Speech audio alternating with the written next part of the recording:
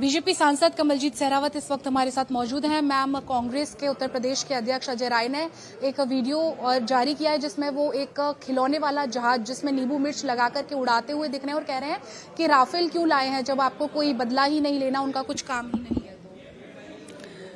अजय राय की सोच पर मुझे बहुत सवाल खड़े हो रहे हैं। हमारे देश के अनेक परिवारों के सदस्यों को हमने खोया, पूरा देश आज सदमे में है और पूरा देश चाहता है कि हमें इसका बदला लेना है और हमारे देश का नेतृत्व और सेना इसमें सक्षम है कि वो बदला लें।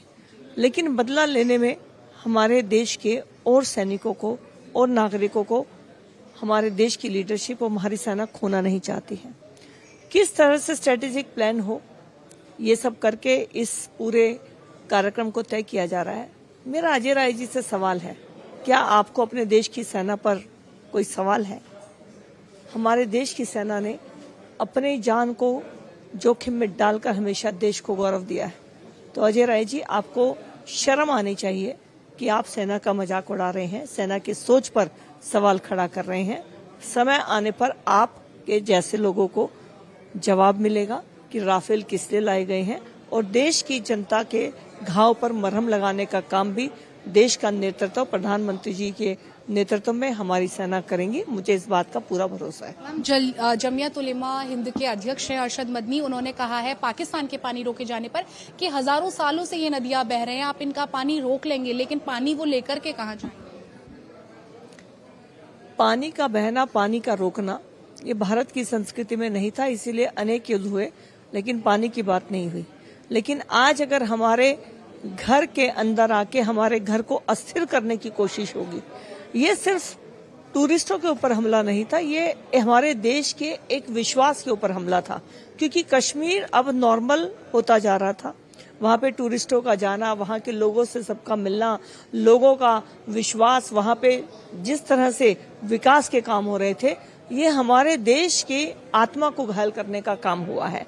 तो पानी रोककर पानी का जो इंतजाम होगा, सरकार उसकी व्यवस्था कर रही होगी और ये जवाब तो अब हर तरीके से दिया ही जाना चाहिए। जातीय जनगणना को लेकर के मोदी सरकार ने सहमति दे दी है, अनुमति दे दी है। इस पर तमाम पार्टियां जो हैं अपना अपना क्रेडिट ले रही हैं। एक तरफ खड़गे जी कहते हैं कि राहुल गांधी ने उन पर दबाव बनाया, तो आरजेडी से तेजस्वी कहते हैं कि हमारी बात मान ली गई। आज देश के प्रधानमंत्री श्री नरेंद्र मोदी जी देश की बहुत पहले सॉल्व हो चुकी समस्याओं को एक एक करके हल कर रहे हैं और इसके अंदर जातीय जनगणना उनके एजेंडा में अपना एक विषय है, जिसको समय आने पर उन्होंने इसको शुरुआत की है।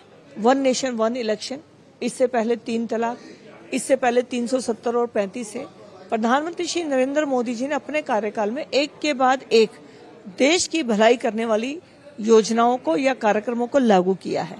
तो अब 1 नेशन 1 इलेक्शन के बाद जातीय जनगणना प्रधानमंत्री जी के एजेंडा में था और इसको किस तरह से व्यवस्थित किया जाए, इसकी तैयारी सरकार कर रही थी। इसका क्रेडिट कोई भी ले, लेकिन ये काम सरकार कर रही है, ये तय है। बातचीत करने के लिए बहुत शुक्रिया। कैमरामैन सत्येंद्र के साथ समीक्षा चौधरी, हिंदी खबर, दिल्ली।